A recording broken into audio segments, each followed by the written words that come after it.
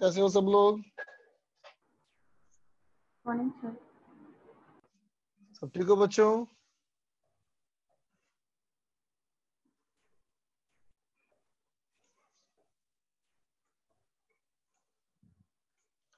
आवाज नहीं आ रही बेटा किसी की? ना कोई मैसेज आ रहा है? यस सर, बोलिए। हो अवेलेबल हो? चलो ठीक। आवाज आ रही ठीक से ना? जी सर। ओके बच्चा, आप कैसे सर? बस बढ़िया बेटा, सब बढ़िया, फर्स्ट क्लास। तो देख बेटा, पिछले क्लास में हम लोग कहाँ तक पढ़ चुके थे? Morning sir. Good morning, good morning. बता बेटा, लास्ट क्लास में कहाँ तक पहुंचे थे हम लोग? कुछ याद दिलाओ। लास्ट क्लास में क्या पढ़े थे हम लोग? सर वो पोटेंशियल एनर्जी के फॉर्मूले जो इलेक्ट्रोस्टैट में थे उनको ही मतलब ग्रेविटेशनल फोर्स। ग्रेविटेशन में कन्वर्ट किया था, ओके। मतलब एनर्जी वाले क्वेश्चन नहीं किया था हम लोगों ने? नहीं। ओके ठीक है बच्चा, चलो फिर कुछ क्वेश्चन करते हैं एनर्जी वाले। देख बेटा, क्वेश्चन हमारा ये है कि मान लो एक पार्टिकल हमारा है बेटा ऑफ मास 2m, है ना, और ये हमारा है बेटा मास m। ठीक है, ये दोनों के बीच की डिस्टेंस जो है बच्चा अभी 2a है फ्री स्पेस में, मतलब इनका आपस में फोर्स के अलावा और कोई फोर्स नहीं है। अच्छा, आउट ऑफ फोकस है क्या? दिख रहा है ठीक से बेटा?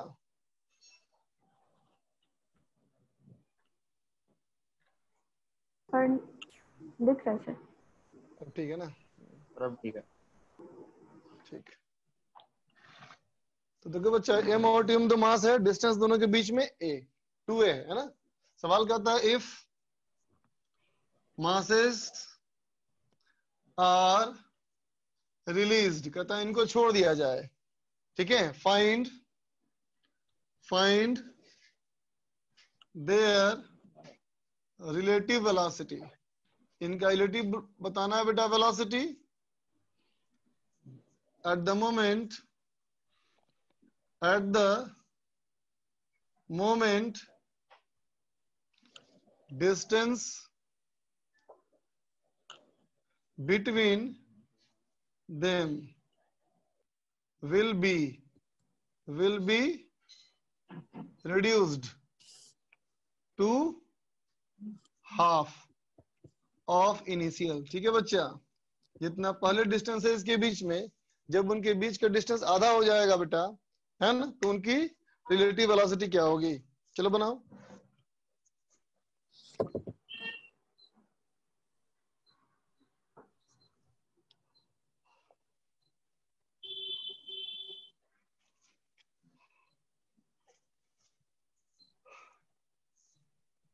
सर विल बी के बाद क्या लिखा है?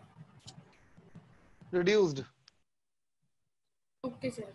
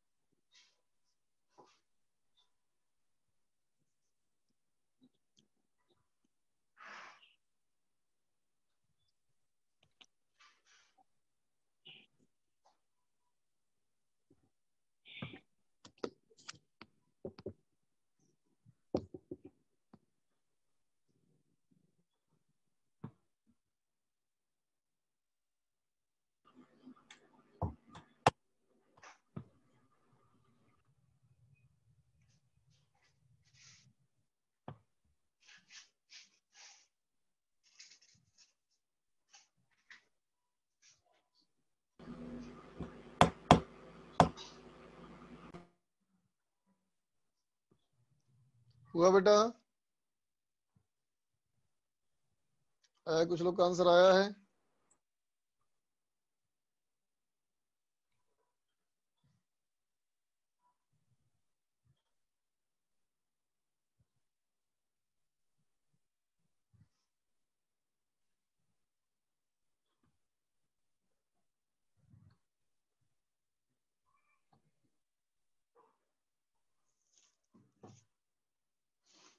वैष्णवी, विकास, अनिकेत, नवदीप, उस्मान, लोकेश, सैम, लक्ष्य, आयुष, क्वाजी, सैम, लोकेश, कितने लोग का आया आंसर? देखो बच्चा, जब इन दोनों में अट्रैक्शन होगा बेटा, तो कुछ देर के बाद जब इसकी बीच की दूरी आधी रह जाएगी, है ना बेटा, तो इसकी वेलोसिटी इस तरफ होगी और इसकी वेलोसिटी इस तरफ होगी, है ना बेटा। अब बताओ तो दोनों की वेलोसिटी का मैग्नीट्यूड सेम होगा या डिफरेंट होगा? बोलो बेटा। दोनों की वेलोसिटी का मैग्नीट्यूड सेम या डिफरेंट? डिफरेंट। डिफरेंट है बेटा, सही बात। चलो मान लिया मैंने इसकी वेलोसिटी v1 और इसकी मैंने मान ली वेलोसिटी v2, है ना बेटा। तो देखो यहां से लेके यहां तक आने में ये पास क्यों आया बेटा? किस फोर्स की वजह से पास आया? Gravitational attraction. ये इंटरनल फोर्स है बेटा या एक्सटर्नल? इंटर इंटरनल, है ना। तो क्या कहोगे? No external force is available. बोलो बच्चा, बाहर से फोर्स नहीं आया ना? Yes sir. बोलो, जब बाहर से फोर्स नहीं आया तो क्या कर सकते हो बताओ? बोलो बोलो, एक्सटर्नल फोर्स नहीं होता तो क्या कर सकते हैं? Mechanical energy conserve. Conservation of linear momentum, है ना बेटा, मोमेंटम कंजर्व होगा। तो बताओ जब तुमने इसको छोड़ा था, रिलीज किया था बेटा, तो पहले कितना रहा है मोमेंटम? इनिशियल 0 और फाइनली 2mv1 माइनस mv2। इसका मतलब बेटा 2v1 इक्वल टू v2। बोलो बेटा, होगा? ठीक है। अब देखो बेटा, यहां से लेकर के यहां तक है ना, जो फोर्स था वो ग्रेविटेशनल फोर्स था ना बेटा। इसका मतलब मैकेनिकल एनर्जी भी कंजर्व होगी ना बेटा। बोलो, yes sir. Conservation of mechanical energy भी होगा बेटा, या सिंपल कंजर्वेशन ऑफ एनर्जी ही कर लो, है ना। तो क्या लिखोगे? Initial kinetic initial plus potential, initial potential, final kinetic. Final potential plus final kinetic, है ना बेटा। तो बताओ पहले कितना काइनेटिक था बेटा? 0, है ना। और इनिशियल पोटेंशियल एनर्जी, दो मास के लिए क्या फॉर्मूला होता है? बोलो बोलो, जी m1 m2 बाई r, है ना बेटा। फाइनली क्या हुआ? Minus ji m1 m2 by r, है ना बेटा। और प्लस फाइनल काइनेटिक एनर्जी, तो half into 2m into v1 square plus half into m into v2 square होगा बेटा। ठीक है। अब देखो सब में हमारा m कैंसिल हो गया ना, हर एक टर्म में देखो। तो ये हमारा हो गया, इसको इधर ले आओगे तो जाएगा बेटा g m by a, that is equal to, ये हो गया बेटा v1 स्क्वायर बाई 2। ठीक है, ये हो गया, या v1 v2 पुट कर दो वहां पे, हो गया बेटा v1 square plus v2 square put कर दो बेटा, तो 2v1 हो जाएगा बेटा वहां पे, तो हो जाएगा 4v1 स्क्वायर बाई 2। तो ये हो गया बेटा 2v1 स्क्वायर। इसका मतलब v1 इक्वल टू कितना हो जाएगा? Square root gm by 3a होगा बेटा। बोलो, होगा square root gm by 3a। तो देख बेटा, रिलेटिव वेलोसिटी क्या लिखेंगे? रिलेटिव वेलोसिटी क्या लिखोगे इनका? v1 प्लस v2, है ना। इसका मतलब 3v1, बोलो, होगा बेटा। इसका मतलब 3v1, और इसको यहां पुट कर लो, तो कितना हो गया? ये हो गया 3 square root 3gm by a। समझे बेटा? कहीं कोई दिक्कत तो बोलो। सर वर्क एनर्जी थ्योरम लगा सकते हैं? हाँ बिल्कुल, लिखना work done by gravitational force equal to change in kinetic energy, है ना। ओके जी।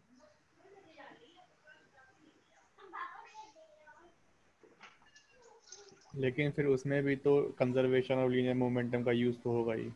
हाँ वो तो होगा ही होगा, मोमेंटम कंजर्वेशन का इक्वेशन का इस्तेमाल तो होगा ही होगा बेटा।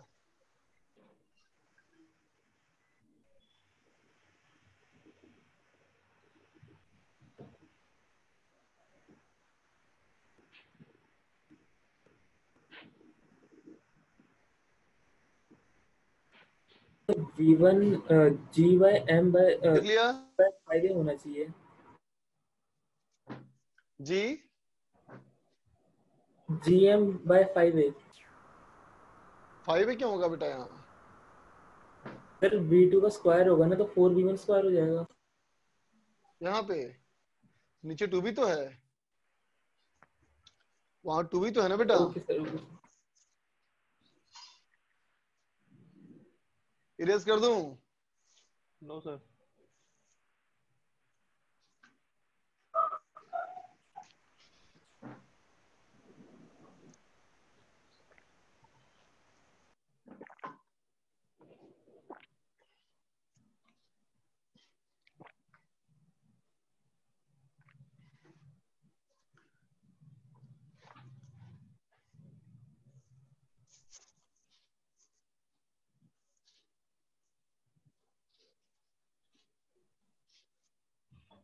अब इरेज कर रहा हूं बेटा। देखो इसी क्वेश्चन को सॉल्व करने का एक शॉर्ट में मेथड हो सकता है। शॉर्ट में क्या होगा, देखो बेटा मेथड सीखो ध्यान से। कॉन्सेप्ट देख बेटा, कॉन्सेप्ट यहाँ पे क्या इस्तेमाल करेंगे हम लोग, देखो कॉन्सेप्ट हम लोग बेटा यही इस्तेमाल करेंगे कि देख बच्चा, किसी भी सिस्टम की काइनेटिक एनर्जी, किसी भी सिस्टम की काइनेटिक एनर्जी है ना, ठीक है, कितनी होती है? ये होती है बेटा kinetic energy of centre of mass plus kinetic energy of system with respect to centre of mass. समझे बेटा? ये हम लोग पढ़ेंगे सेंटर ऑफ मास चैप्टर में, ठीक है बेटा। अभी तुम उसकी याद करो, किसी भी सिस्टम की काइनेटिक एनर्जी कितनी बेटा? Kinetic energy of centre of mass plus kinetic energy of system with respect to centre of mass. समझे बेटा? इसका मतलब कोई भी सिस्टम की काइनेटिक एनर्जी कितनी, तो कहना देखो कि सेंटर ऑफ मास की काइनेटिक एनर्जी निकाल लो बेटा, है ना, और सेंटर ऑफ मास पे खड़े होकर के बाकी बॉडी की काइनेटिक एनर्जी निकालो, ठीक है। तो सेंटर ऑफ मास के फ्रेम में खड़े होकर के जो काइनेटिक एनर्जी तुम कैलकुलेट करोगे, उस वाले में जब सेंटर ऑफ मास की खुद की काइनेटिक एनर्जी पुट करोगे तो आ जाएगा पूरे सिस्टम की काइनेटिक एनर्जी, ठीक है बच्चा, है ना।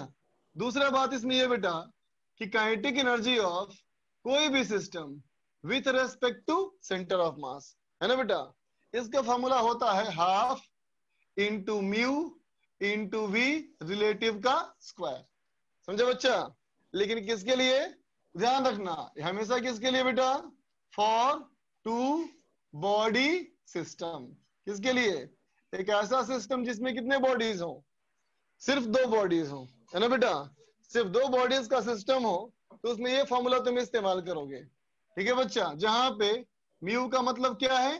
म्यू हमारा होता है बेटा रिड्यूस्ड मास। म्यू क्या होता है?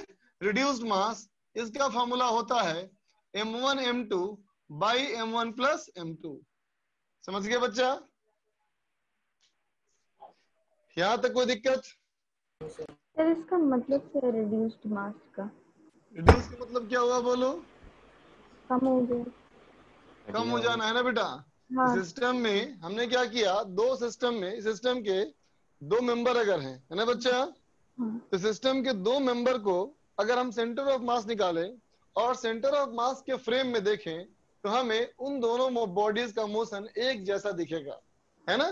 तो दोनों मास को एनालाइज करने के बजाय हम एक मास को एनालाइज करेंगे और वो मास कौन सा होगा? रिड्यूस्ड मास।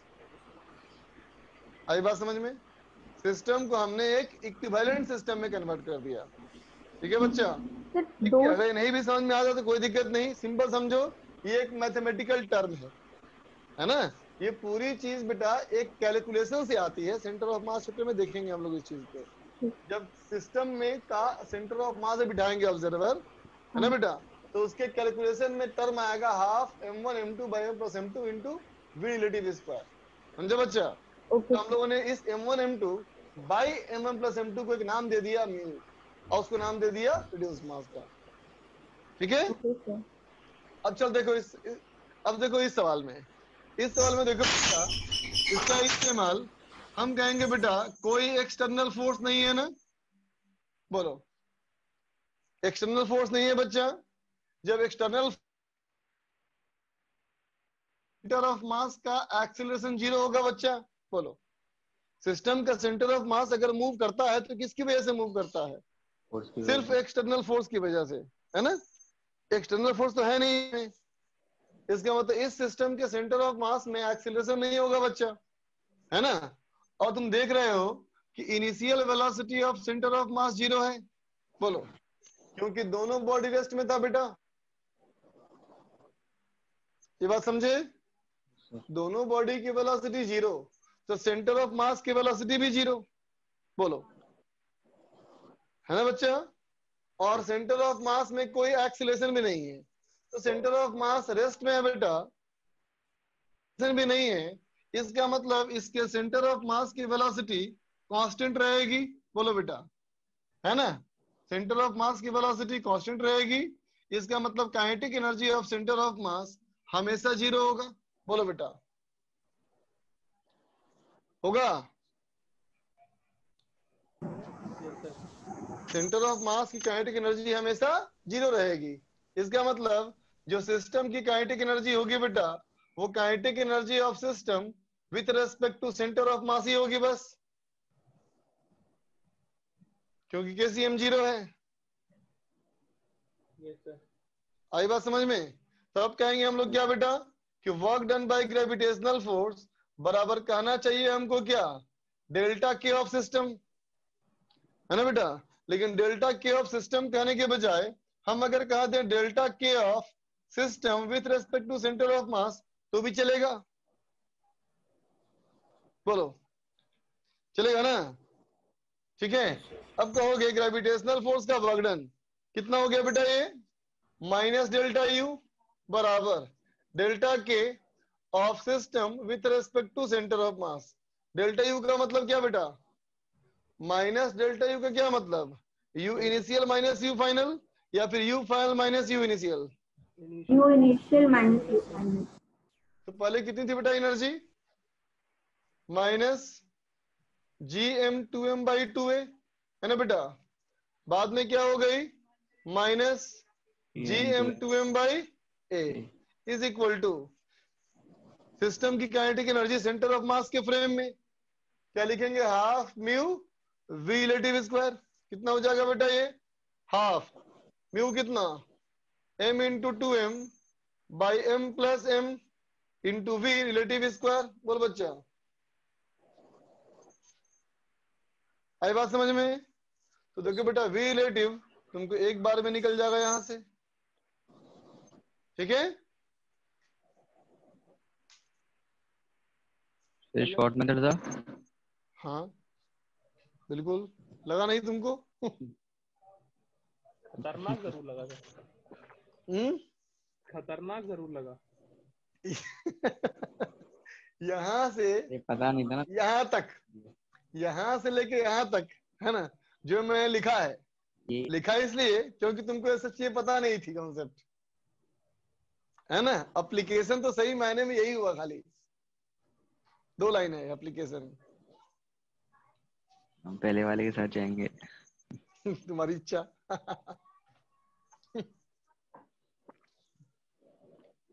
अभी रेस कर दो बेटा।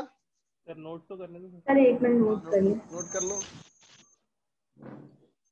सेंटर ऑफ मास कब शुरू होगा? अभी तो इस चैप्टर के बाद आएगा करंट के बाद कैपेसिटेंस, उसके बाद आएगा सेंटर ऑफ मास।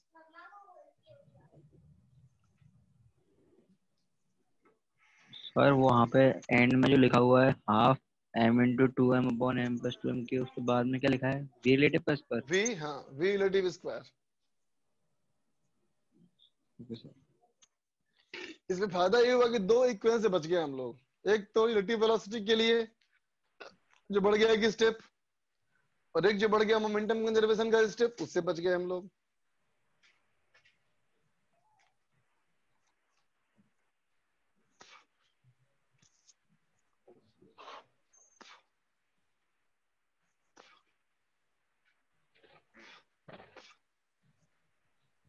अब हो गया। सर एक और बार एक्सप्लेन करूँ सर, एक बार और। कहाँ से बताओ? एप्लीकेशन वाले पार्ट के बाद। एप्लीकेशन वाले पार्ट से। ये फर्स्ट लाइन समझ में आया? Yes sir. Second line? थोड़ा थोड़ा। जब कोई भी सिस्टम के दो मेंबर हो बेटा और दोनों की वेलोसिटी जीरो हो, तो सेंटर ऑफ मास की वेलोसिटी भी क्या होगी? Zero zero. जीरो होगी, है ना? Yes sir. ठीक है। और सेंटर ऑफ मास में कोई एक्सीलरेशन भी नहीं है। Yes sir. तो अगर बेटा किसी भी पॉइंट में ना वेलोसिटी हो ना एक्सीलरेशन हो, तो क्या वो पॉइंट आगे बढ़ेगा बेटा? टेस्ट पे रहेगा। हमेशा रहेगा रेस्ट में बेटा, बोलो। Yes sir. तो जो पॉइंट हमेशा रेस्ट में है उसमें कितनी काइनेटिक एनर्जी? जीरो। समझ में आ गई बात? Yes sir. तो सिस्टम की काइनेटिक एनर्जी के दो हिस्से हैं बेटा, यस सर। उसमें से एक ही हिस्सा हमेशा जीरो है। इसका दूसरी पे मतलब डिपेंड करेगी। ये और ये बराबर है। Yes sir. ठीक है। Okay sir. फिर कहा वर्क इन थ्योरम। यस। अब पूरी समझ में आ गई होगी बात? लगता तो है सर। तो एक बार ट्राई करके दिखाएंगे घर पे। हाँ, ट्राई करके देखना बिल्कुल। देखो बच्चा, अगला हमारा क्वेश्चन ये है बेटा कि एक स्फेयर है ना? ये स्फेयर में एक टनल है बेटा। इस स्फेयर में एक टनल है, डायमेट्रिकली बना हुआ, ऐसा बना हुआ है टनल, बहुत नैरो टनल। ये इसका ओपनिंग हो गया, ये भी इसका ओपनिंग हो गया। ये इसका रेडियस कैपिटल आर और ये इसका मास एम। तो अगर तुम टनल की बात कर रहे हो बेटा, तो ये बात बहुत क्लियर हो गई ना कि सॉलिड स्फीयर होगा ये। हॉलो स्फीयर में तो टनल नहीं बोल सकते ना बेटा, बोलो। हॉलो स्फीयर में होल होगा ना बेटा, टनल तो होगा नहीं। ठीक है। सवाल करता है कि यहां से कैपिटल आर की दूरी से हमने एक स्मॉल मास एम को रिलीज किया। सवाल कहता है बेटा find the speed, find the speed with which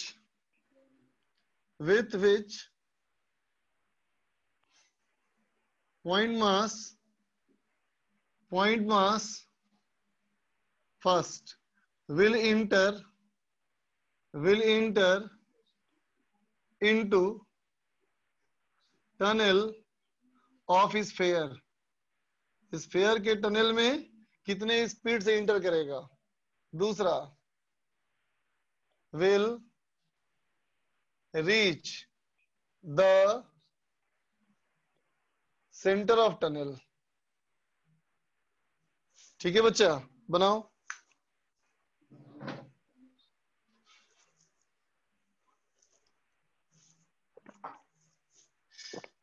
बड़ा वाला स्फेयर फिक्स्ड है बेटा, ये मूव नहीं करेगा।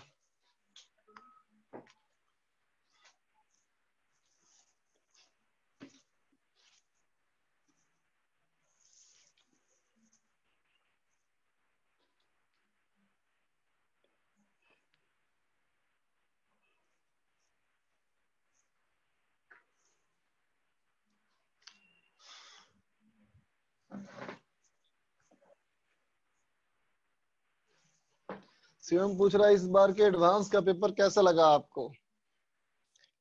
पेपर 1 तो थोड़ा इजी था बेटा, पेपर 2 टफ था, ये लगा मुझे। थोड़ा स्कोर कर पाना मुश्किल होगा बच्चों को इसमें, फिजिक्स वाले में।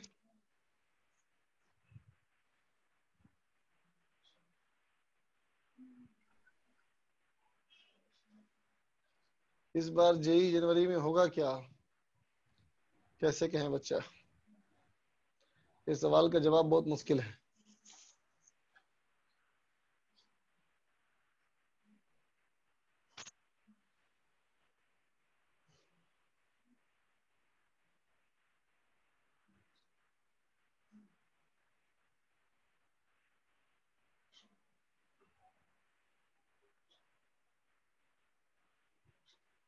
उत्कर्ष का आया आंसर?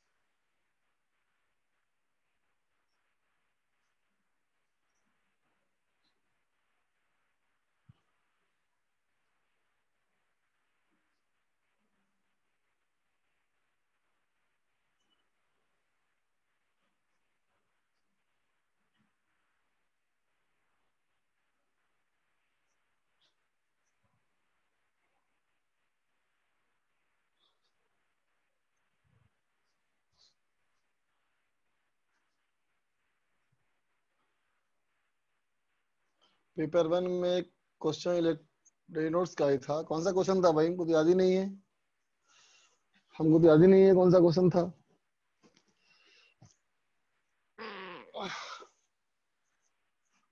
लोकेश का आया, वैष्णवी का आया, शिवम का आया।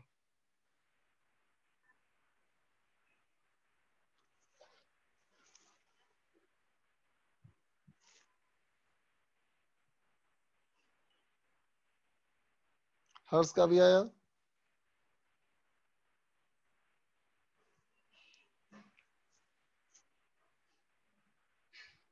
विकास का आया।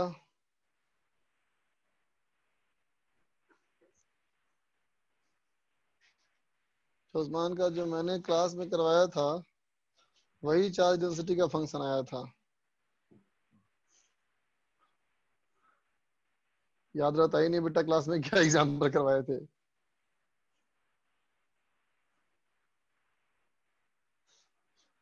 तो जिस चीज में जो दिमाग में आता है वो करवाए थे एग्जाम्पल।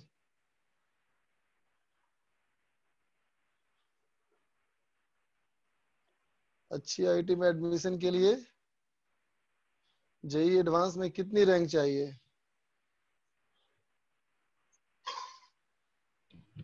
अच्छा हाँ, बायंसी वाला क्वेश्चन आया था, सही बोला। हाँ हाँ, वो अपनी सीट में भी सवाल है बेटा, वो अपनी सीट में भी सवाल है।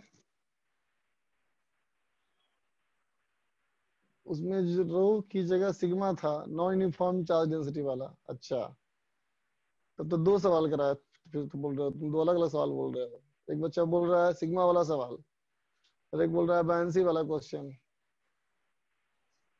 बायंसी वाला पेपर 2 में आया था लगता है कि। सर बायंसी वाला तो एग्जैक्टली मैच कर रहा था। अच्छा, हाँ हाँ हाँ हाँ हाँ। और सिग्मा वाला कौन सवाल था? पेपर 1 में था क्या सिग्मा वाला?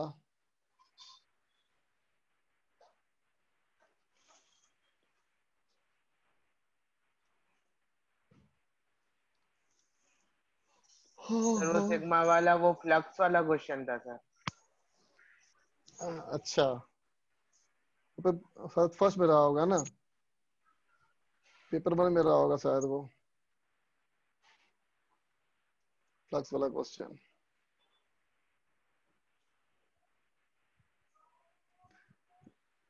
देखो बहुत सारे क्वेश्चन तो कॉमन रहते ही हैं आखिर कहीं ना कहीं से। इससे साबित होता है बच्चा कि एडवांस की तैयारी के लिए नॉलेज तो चाहिए चाहिए, फंडामेंटल नॉलेज तो होना ही चाहिए, साथ साथ आपको एग्जाम देने आना चाहिए। एग्जाम देने आना चाहिए का मतलब ये होता है कि आप एग्जाम में अपने आप को मैनेज करना सीखें, अच्छे से क्वेश्चन पिक करना सीखें, क्वेश्चन छोड़ना भी सीखें। बार बार टेस्ट जो लिया जाता है तुम लोग का बेटा, उसका मोटिव ही ना होता है कि हर बार तुम सीखो इन चीजों को। एग्जाम देना सीखो, अपनी पूरी क्षमता का उपयोग कैसे करें एग्जाम में।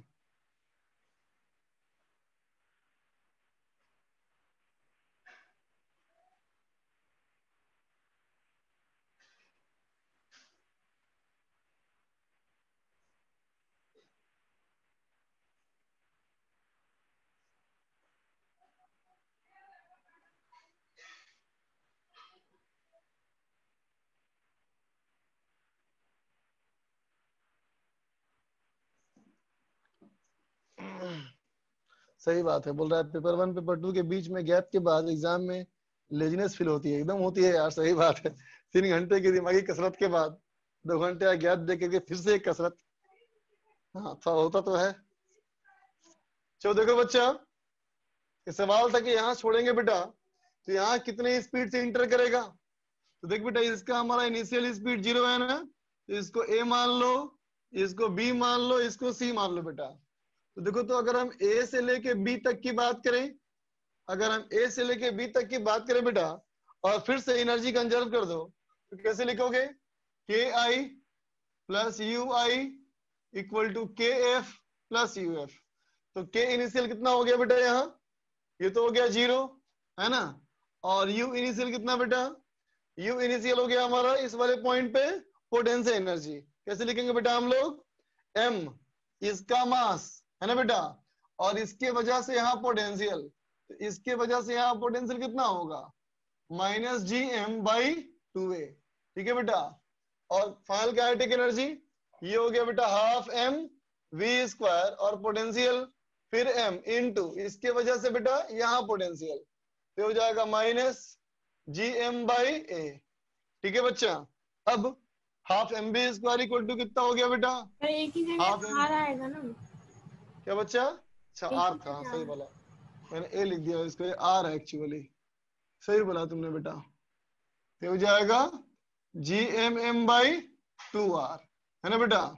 तो हमारा v निकल गया, v निकल गया square root of G M by R. ठीक है।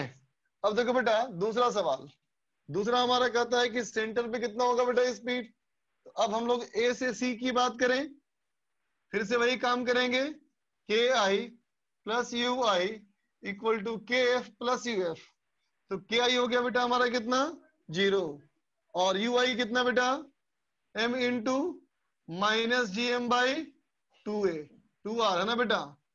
फिर फाइनल काइनेटिक एनर्जी हो गया हाफ एम वी स्क्वायर, और पोटेंशियल बेटा बोलो, इस सॉलिड स्फीयर के सेंटर पे कितना होता है पोटेंशियल? -3/2 GM होगा।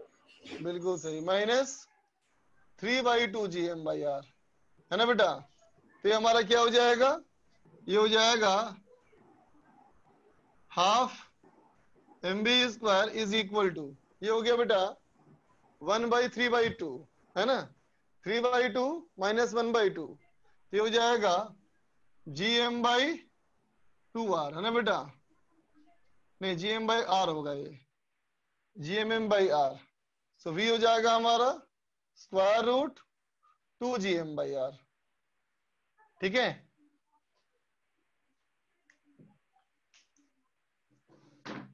सेल्फ एनर्जी क्यों लेंगे बच्चा? सेल्फ एनर्जी में खुद तो चेंज आया बेटा, बोलो।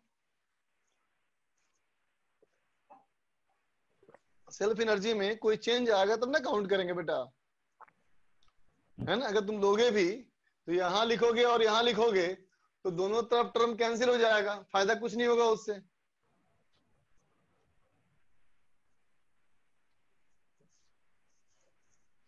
सर सर एक चीज बोलो बेटा। पूछनी थी सर। पूछो। अभी वो जो पोटेंशियल सेंटर पे निकालता, चाहे यूनिफॉर्म हो या नॉन यूनिफॉर्म हो, तो सर वो मतलब इलेक्ट्रोस्टैट में तो जो पढ़ते थे तो वो होता था KQ/R। लेकिन वो तो हॉलो था बेटा, हॉलो, हाँ, अच्छा, है ना। हाँ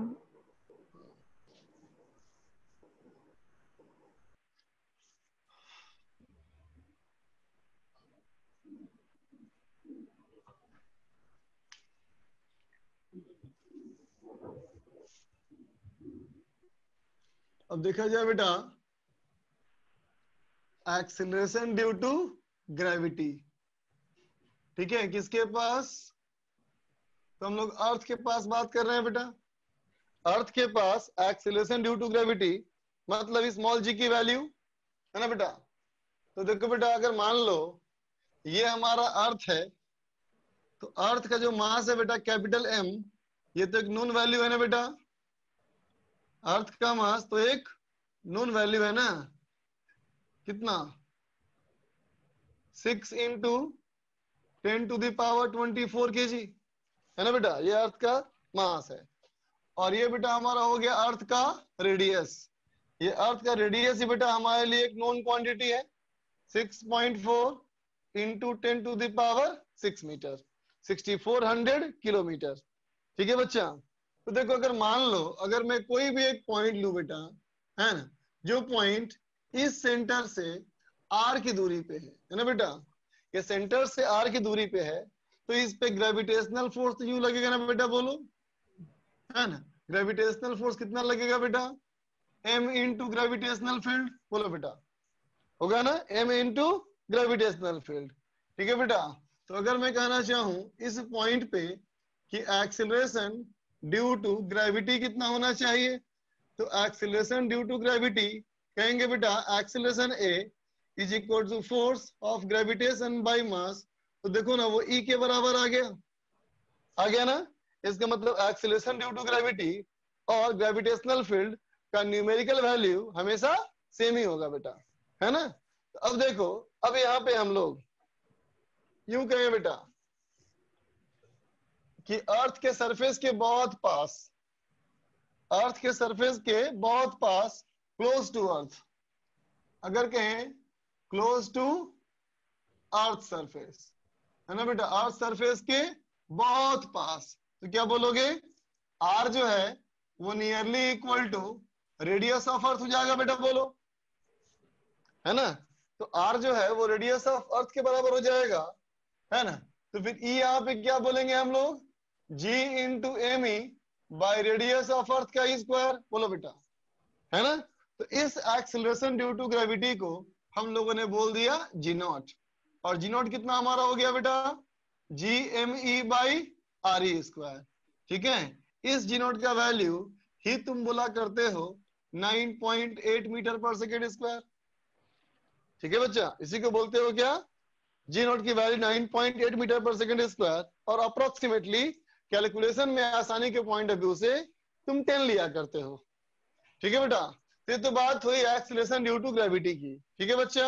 अब हम बात करना चाहते हैं वेरिएशन ऑफ जी की, कि जी हमारा कैसे कैसे वेरी करता है ना बेटा। तो वेरिएशन ऑफ जी में सबसे पहले देखा जाए ड्यू टू हाइट, हाइट की वजह से, है ना बेटा।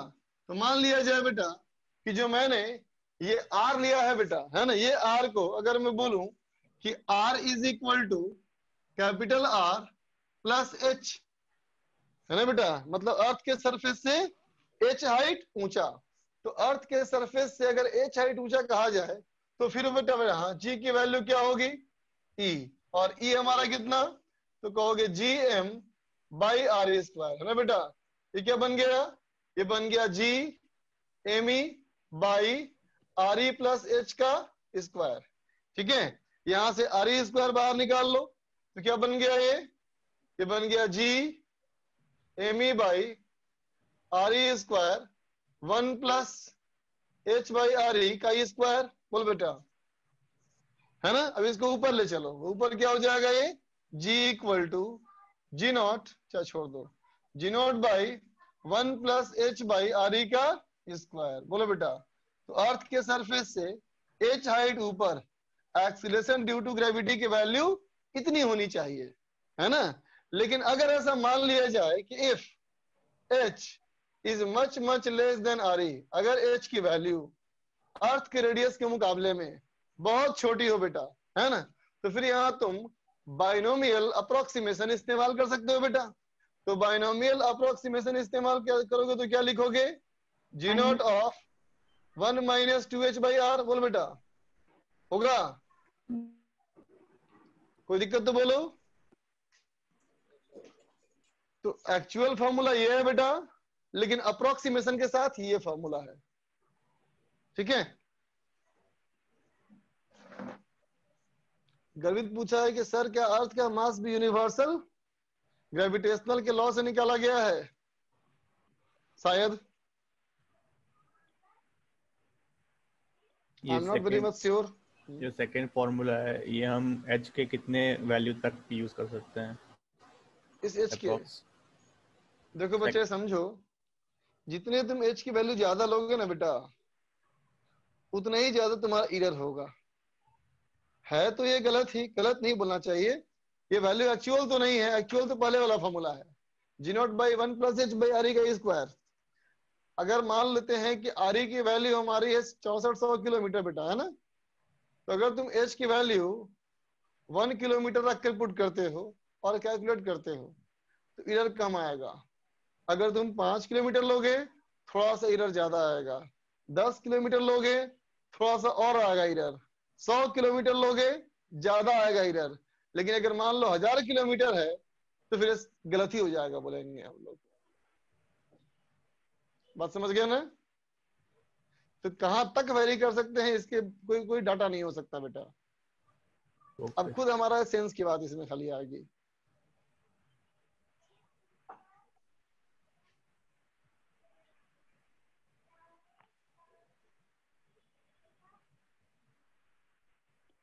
हाँ, आर स्क्वायर होगा, छूट गया वहां पे स्क्वायर, ए स्क्वायर ही होगा बेटा।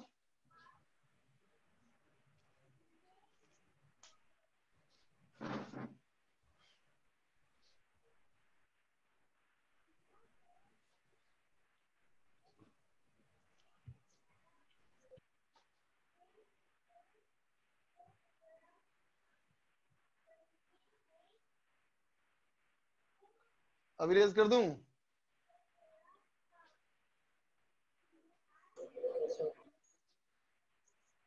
जी स्टडी रेज कर दीजिए। ठीक है बेटा। तो देखो कुछ बच्चे कंफ्यूज कर जाते हैं यहाँ बेटा कि किसको हम क्लोज टू अर्थ बोले और किसको H much less than R बोले, है ना। ठीक है, तो देख बच्चा, क्लोज टू अर्थ का मतलब ये समझो कि अर्थ के सरफेस पे, है ना, मतलब अर्थ के सरफेस पे 10 मीटर 20 मीटर 50 मीटर 100 मीटर अगर ऊंचा है ना बेटा, तो फिर हम यही बोलेंगे, है ना।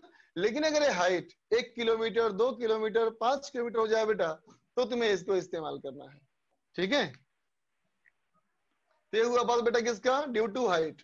अब देखें ड्यू टू डेप्थ।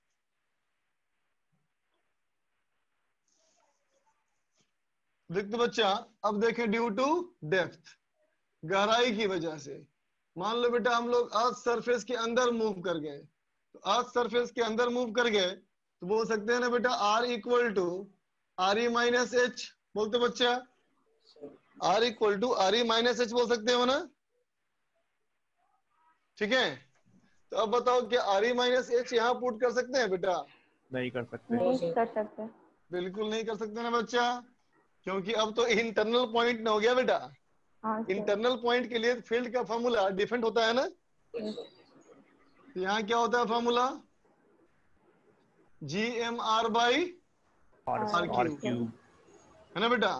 तो यहाँ क्या करेंगे हम लोग, GME/RE² को अलग कर लेंगे, है ना, और जो R यहाँ बच गया उसके लिए बोलेंगे हम लोग RE-H और डिवाइड बाई हो गया बेटा ये RE। ठीक है, तो G = कितना हो गया बेटा हमारा, G0 ऑफ 1 - H/RE। बोल बेटा, है ना। अब देख पाता होगा इस फार्मूले के साथ कोई भी अप्रोक्सीमेशन नहीं है बच्चा, लेकिन इस फार्मूले में अप्रोक्सीमेशन है ना। ये हो गया हाइट की वजह से, डेप्थ की वजह से, है ना बच्चा। हाइट और डेप्थ दोनों को एक सिंगल टर्म में कहा जाता है क्या, अल्टीट्यूड। ठीक है, तो हाइट और डेप्थ देख लिया बेटा हमने, तो इसको बोलेंगे ड्यू टू अल्टीट्यूड।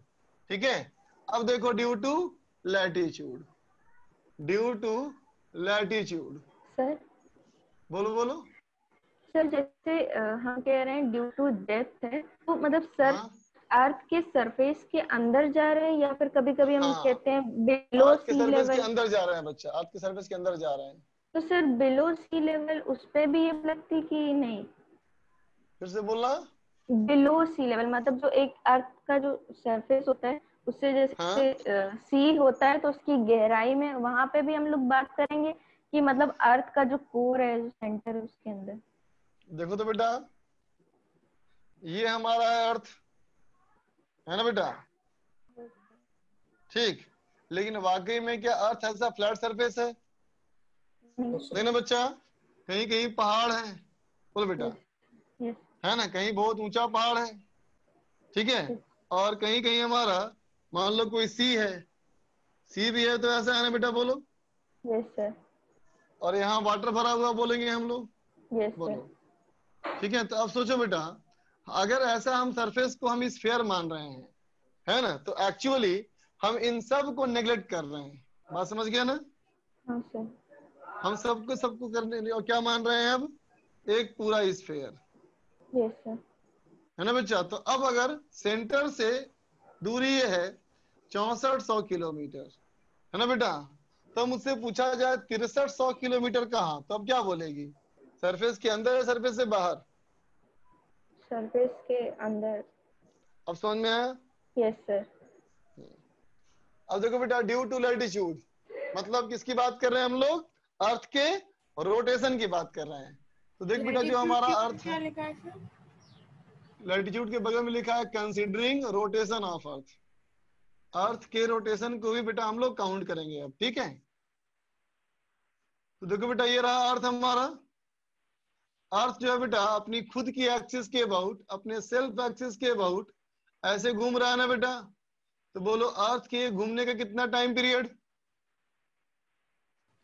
एक अर्थ दिन। के घूमने का कितना टाइम पीरियड? 24 आवर ना बेटा, 4 hours। है ना?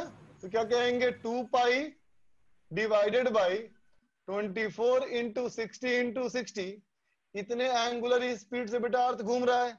बोलो, 2 पाई अपॉन टाइम पीरियड, समझा ना बेटा? ठीक है, अब बोलो बच्चा, इस केस में अर्थ जब ऐसे घूम रहा है ना, तो बताओ बेटा, अर्थ के सरफेस पे जितने पार्टिकल्स हैं, वो सारे पार्टिकल के घूमने का रेडियस बेटा सेम है कि डिफरेंट है? सेम है। बोलो बच्चा। घूमने का रेडियस तो Same है। डिफरेंट है। डिफरेंट है ना बेटा, बोल तो। हाँ डिफरेंट है सबसे ना। बड़ा सर्किल कौन, देखो ये है ना बेटा, हाँ। ये सबसे बड़ा सर्किल है ना? तो इसे क्या बोलोगे? क्या इसको बोलते हैं, बोलो? इक्वेटर। अर्थ का इक्वेटोरियल बोलते हैं बेटा। और इस पूरे सर्किल को क्या बोलते हैं? इक्वेटोरियल प्लेन, है ना? ऊपर क्या मानते हैं बेटा हम लोग? नॉर्थ पोल, और नीचे हमारा क्या हो गया बेटा? साउथ पोल, है ना? तो देखो बेटा, अगर कोई पॉइंट यहाँ पे है ना, तो ये वाला पॉइंट जो है बेटा वो ऐसे घूम रहा होगा ना सर्किल में, बोलो। Yes sir. तो इसके घूमने का रेडियस थोड़ा कम होगा ना बेटा, बोल, यस सर।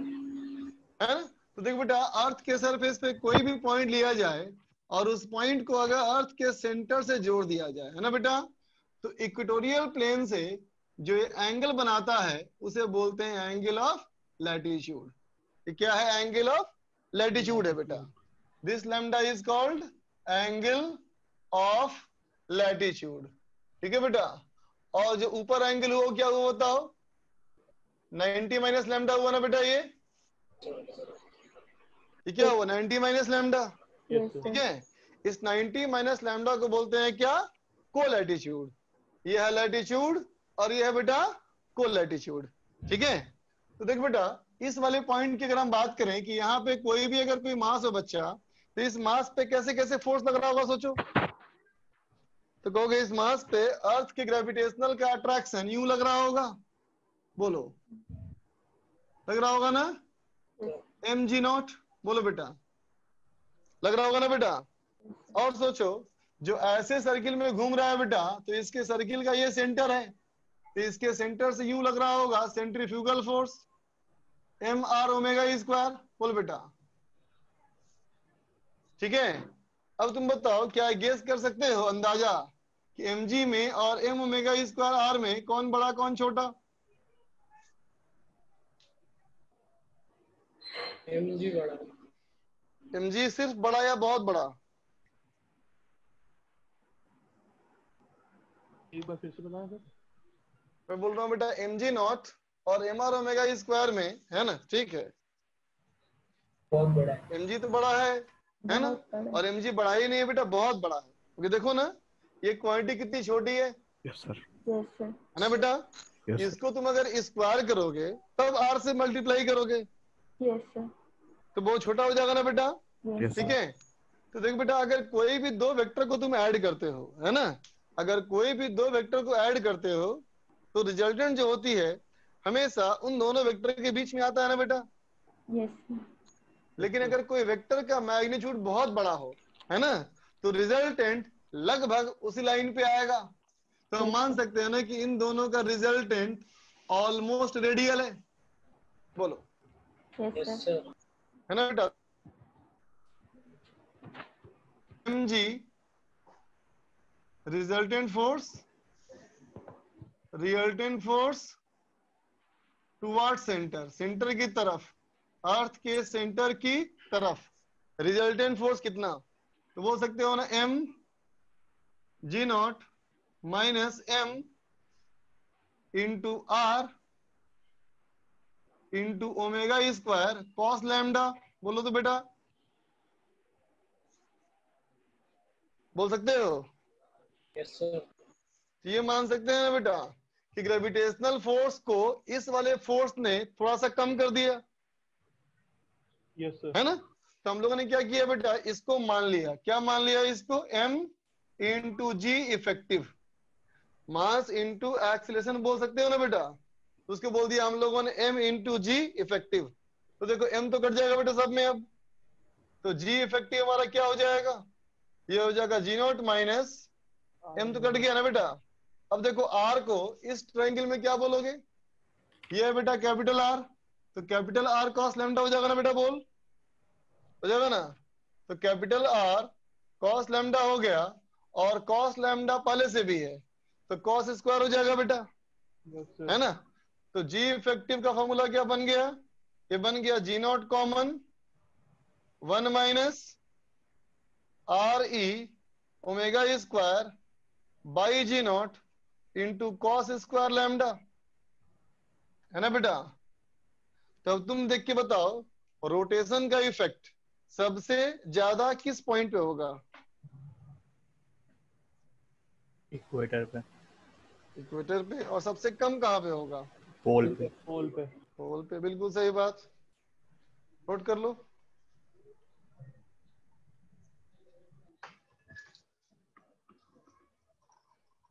सर इसमें आर ई omega square upon G naught की एक कांस्टेंट वैल्यू होगी ना। मेगा आई कहाँ से आ कांस्टेंट। गया, सर इक्वेटर पे सर हमारा मास भी ज्यादा होगा सर, वो सर नॉर्थ पोल पे सर मास भी ज्यादा होगा सर। किसका वहां ज्यादा होगा, तो अगर आप जैसे आप कंपेयर करें इक्वेटर से सर। मास नहीं, वेट, वेट, हाँ सर वेट। सही बात। R omega square by ji naught की वैल्यू एक कांस्टेंट है, बस लैम्डा की वजह से ही वेरी कर रहा है सब जगह पे, है ना। Yes sir.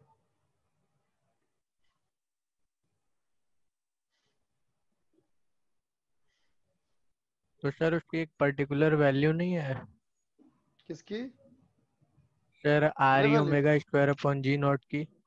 है वैल्यू, बताता हूँ, लिखो पहले तुम इसको।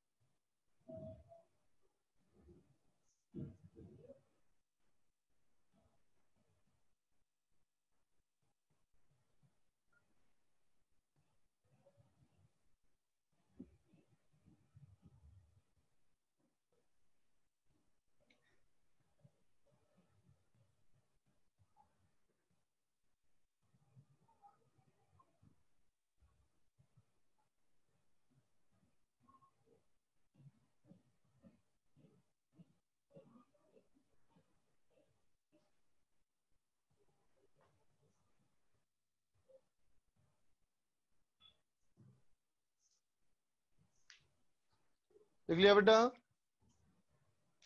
Yes sir. No sir, 1 minute रुक जाइए। नहीं सर रुको। इधर मिटा रहा हूँ, इधर इस तरफ।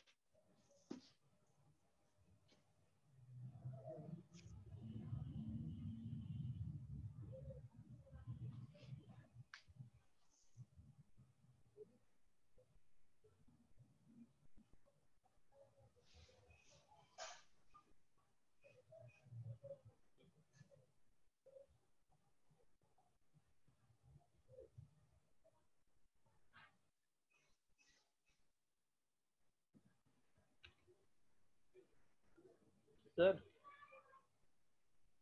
ये बोलो। तो सर नेग्लिजिबल वैल्यू है। तभी तो कहा था बेटा हम लोगों ने कि बहुत कम वैल्यू है ना ये। क्योंकि सर कॉस स्क्वायर भी सर 0 से 1 तक ही दे सकता है। बिल्कुल सही बात। कॉस करके वैल्यू भी 0 से 1 ही हो सकता है, बिल्कुल सही बात। काफी कम वैल्यू है बेटा, तभी तो हर जगह काउंट नहीं करते ना इसको, जब तक क्वेश्चन में स्पेशली में पूछा जाए, है ना बेटा? जब तक क्वेश्चन में स्पेशली इसके बारे में बात नहीं की जाए तब तक इसको हम लोग काउंट नहीं करेंगे, ठीक है? Okay sir. चलो एक क्वेश्चन किया जाए।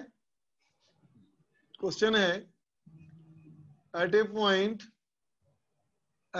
पॉइंट acceleration due to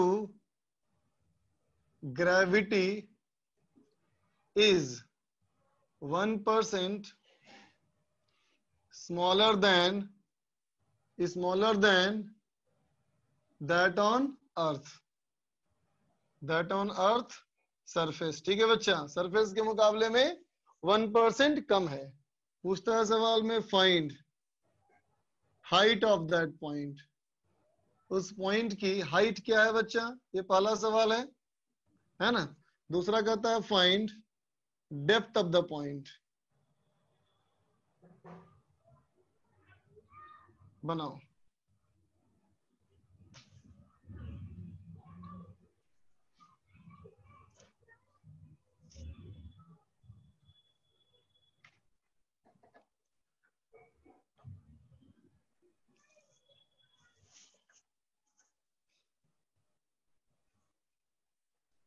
हाँ, मेंस वाले शिफ्ट में आया था सवाल, एक 2-3 बार आया था सवाल ये मेंस में इस टॉपिक पे।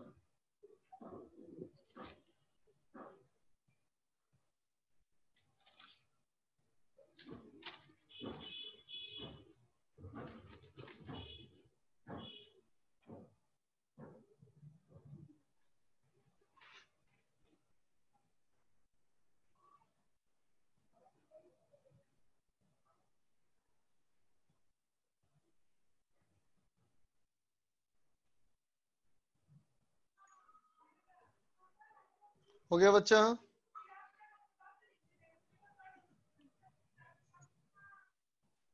अभी का आंसर आया, वैष्णवी का आंसर आया। आयुष का भी आंसर आया।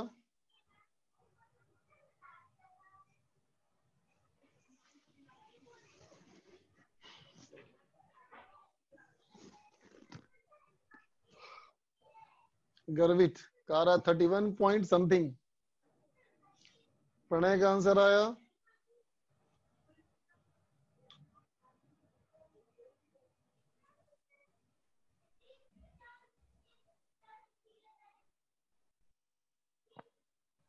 राज का भी आया। देखो तो बच्चा सीधे फॉर्मूला लगाना तो है बेटा इसमें ना, हमें कहता है बेटा % स्मॉलर, है ना।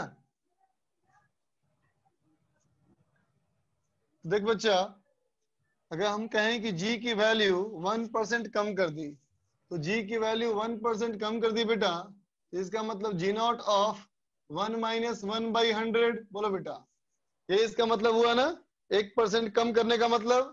और कहता है बेटा एट ए हाइट। तो अब बात यह है बेटा कि हाइट वाला फॉर्मूला हम लोग क्या यूज करें। तो हाइट वाला फॉर्मूला हम लोग दो तरह लिखे थे बेटा हम लोग, एक लिखे थे ऐसा g0/h/r का स्क्वायर, और एक क्या लिखा था बेटा हमने, और लिखा था g0 1 माइनस 2h/r। बोल बेटा, लिखा था ना, ठीक है। तो देख बच्चा अभी चूंकि 1% है ना, 1% बहुत छोटा है बेटा, बहुत छोटा, इसलिए हम लोग अभी इसको प्रेफर करेंगे, है ना। तो कितना हो जाएगा, कंपेयर करो तो कहोगे ना बेटा 2h/re इज इक्वल टू 1/100। इसका मतलब बेटा h इक्वल टू 32 किलोमीटर। लेकिन बी वाले में तो कोई कंफ्यूजन है ही नहीं बच्चा, उसमें कोई अप्रोक्सीमेशन नाम की चीज थी ही नहीं, सीधे था वहां g0 इंटू 1 माइनस h/r। इसका मतलब बेटा h/r इज इक्वल टू 100। इसका मतलब h इक्वल टू 6400 किलोमीटर। बोल बच्चा 64 किलोमीटर। तो फर्स्ट का आंसर 32 किलोमीटर, सेकंड का आंसर 64 किलोमीटर। ठीक है बच्चा।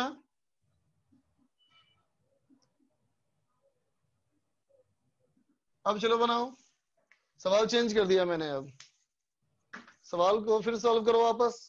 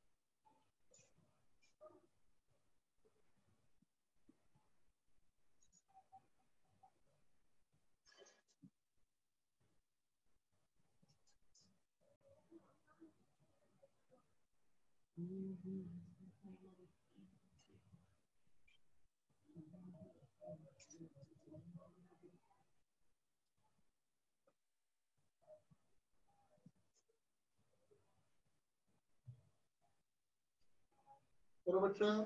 सर वो 1/100 नहीं होगा क्या वहाँ पे,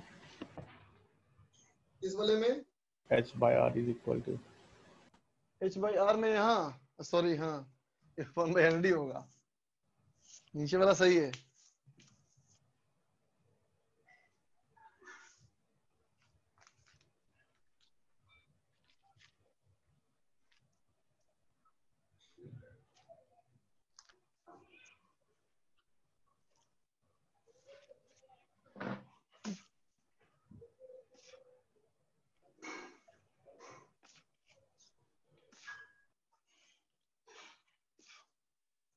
आयुष का आया, पर्व का आया।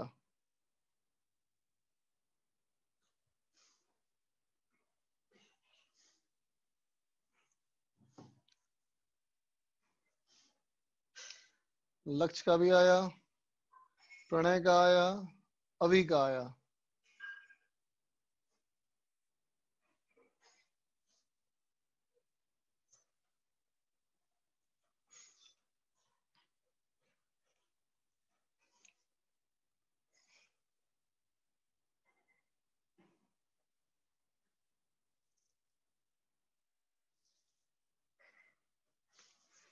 सीधे फॉर्मूला ये बच्चे है ना। तो देखो फर्स्ट वाले के लिए करेंगे बेटा इस बार, तो अब लोग सेकंड वाला फॉर्मूला इस्तेमाल नहीं कर सकते बेटा इस बार, क्योंकि डिफरेंस बहुत ज्यादा है। बोलो डिफरेंस बहुत ज्यादा है ना, इसलिए हम लोग यही फॉर्मूला इस्तेमाल करेंगे बेटा। तो जी नॉट हमारा कैंसिल हो गया, तो ये हो गया बेटा 81/100 इक्वल टू 1 प्लस h/re का स्क्वायर, है ना बच्चा। तो इसको अगर स्क्वायर करना है बेटा तो क्या बन जाएगा हमारा, ये हो जाएगा बेटा 1 plus h/re is equal to 10/9, है ना बेटा। सो h/re इज इक्वल टू 1/9, इसका मतलब h इक्वल टू बेटा re/9। बोल बच्चा, radius of arc divide by 9, इसका मतलब हो गया ये लगभग नियरली 711 किलोमीटर, है ना बच्चा। लेकिन देखो बेटा सेकेंड पार्ट की बात करोगे तो क्या लिखोगे, g naught of 1 minus 19/100 is equal to ji naught 1 minus h/re बेटा, जी नॉट कट गया। सो h इक्वल टू कितना हो गया 19/100 into radius of earth, that is equal to 19 into 64, कितना हो जाएगा बेटा ये 76, 114 और 121। 121, 1216 किलोमीटर। ठीक है बच्चा, लिख ले इसको।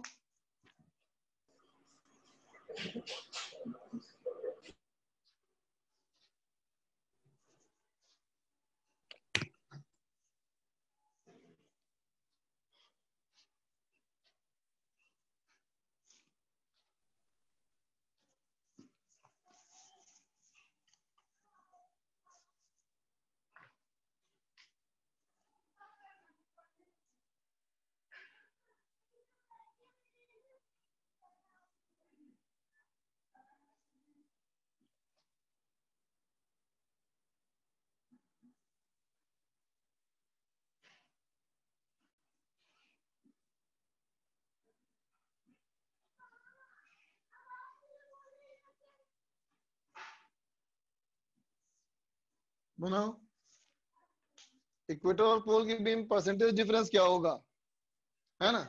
और चलो विथ रेस्पेक्ट टू पोल ही निकालना है।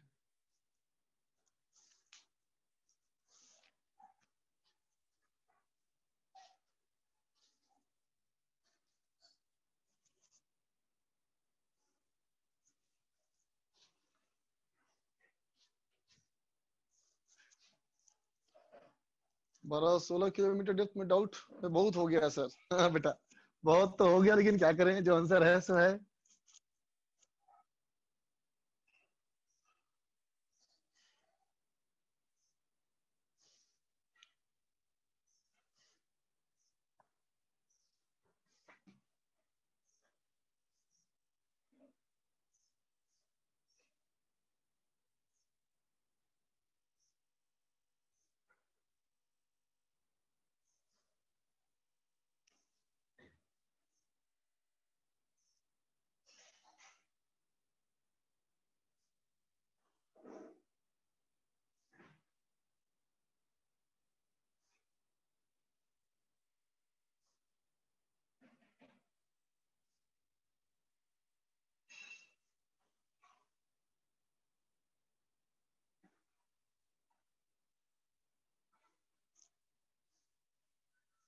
अभी का आंसर आया 3.4%। एनीबडी एल्स ठीक कर लिया, ये 0.3%।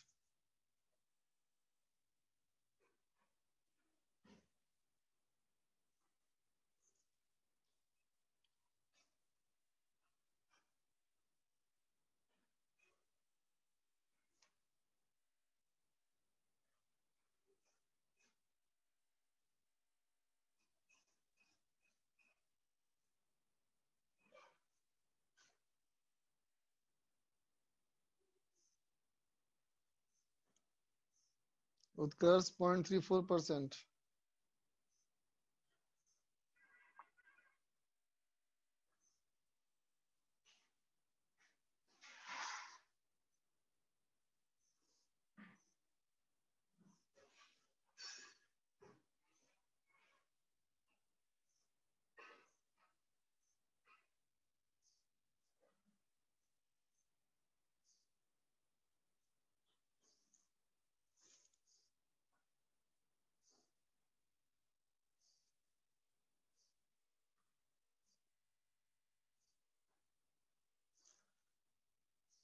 प्रणय 3.4%।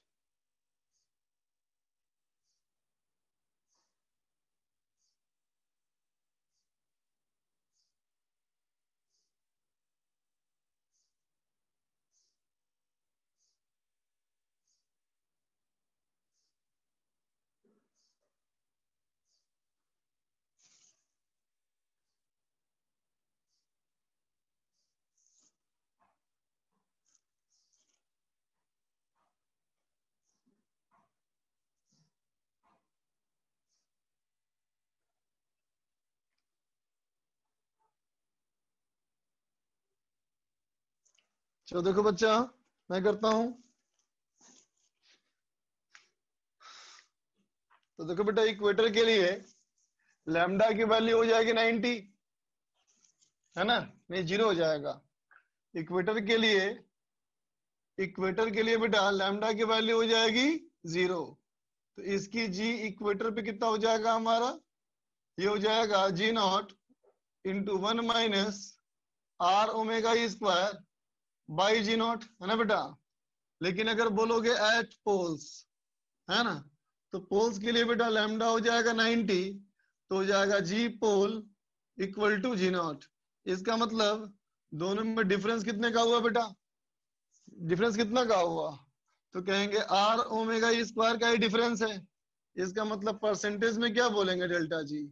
तो जगह delta G by G0 into 100, इसका वैल्यू निकाल ही चुके हो पहले तुम, 0.34%। ठीक है बच्चा। अब चलो बच्चा होमवर्क करेंगे डिस्कस। निकाला जाए इलेक्ट्रोस्टैटिक्स का सीट।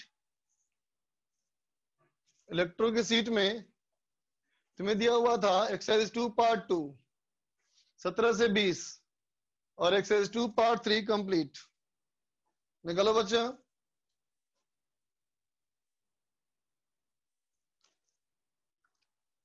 एक्सरसाइज 2 पार्ट 2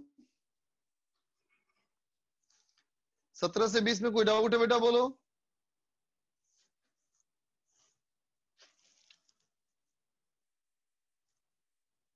इलेक्ट्रो का एक्सरसाइज 2 पार्ट 2 17 से 20 में कोई डाउट है बेटा किसी को?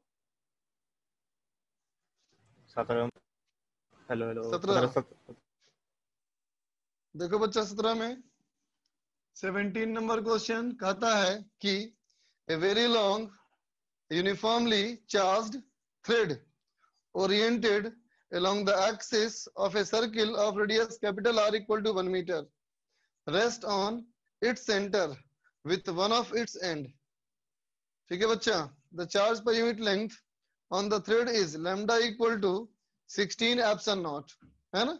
तो कहता है flux of the vector of E through the circle area in voltmeter।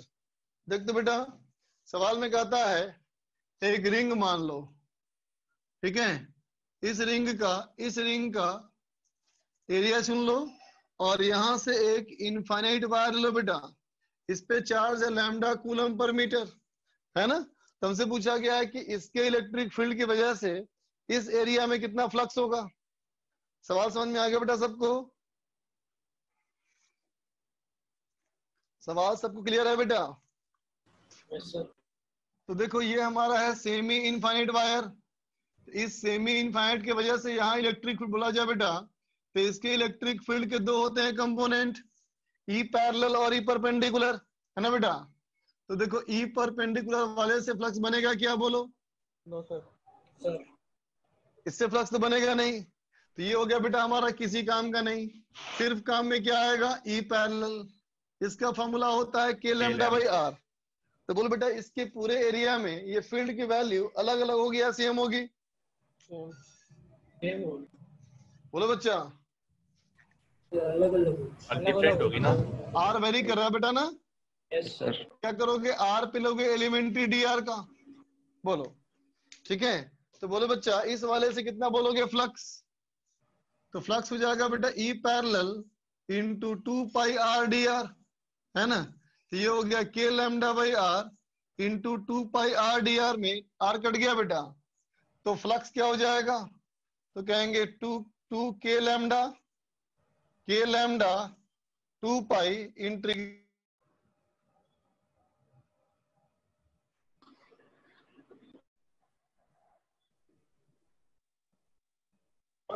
सबको कोई दिक्कत? आवाज नहीं आ रही सर। सर आवाज नहीं आ रही। सब सही है सर। आवाज आ रही है ना? Yes Yes, sir. sir. अब आ रही है। अब देखो 19, क्वेश्चन नंबर 19।